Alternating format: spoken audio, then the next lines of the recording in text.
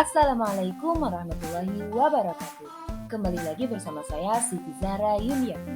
Video yang saya buat ini merupakan komentar terhadap kelompok 1 dalam penugasan topik 6 bagian elaborasi pemahaman mata kuliah terancang dan pengembangan kurikulum.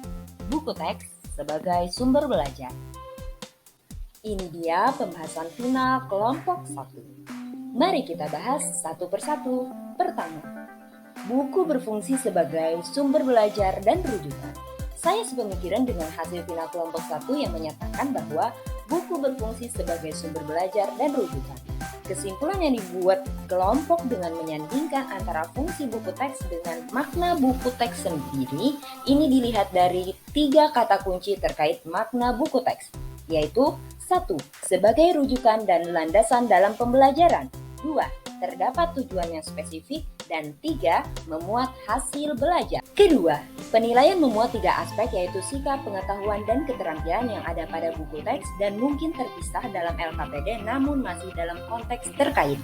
Dalam mengukur hasil belajar, penilaian dilakukan tidak terbatas pada buku teks. Bisa dibuat terpisah dengan dimuat ke dalam LKPD. Untuk hal ini saya sangat setuju. Melalui LKPD, guru dapat mengkreasikan tampilan yang menarik untuk penilaian yang akan diberikan kepada peserta didik. Ketiga, buku teks digunakan untuk mengungkap, menyoroti, dan mengeksplorasi pertanyaan-pertanyaan penting dan tantangan keilmuan yang mendukung kinerja inti dalam subjek. Buku teks sebagai sumber belajar. Ketika ada pertanyaan, maka buku dapat dijadikan bahan untuk mengungkap jawabannya.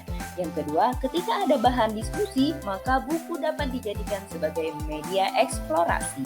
Keempat, saya sependapat dengan persetujuan kelompok terhadap pernyataan bahwa buku teks tidak digunakan berdasarkan urutan penomoran, melainkan urutan membaca buku teks berdasarkan urutan tujuan pembelajaran yang diinginkan. Materi bisa saja diambil dari bab manapun dan halaman manapun secara acak sesuai tujuan pembelajaran yang ditentukan.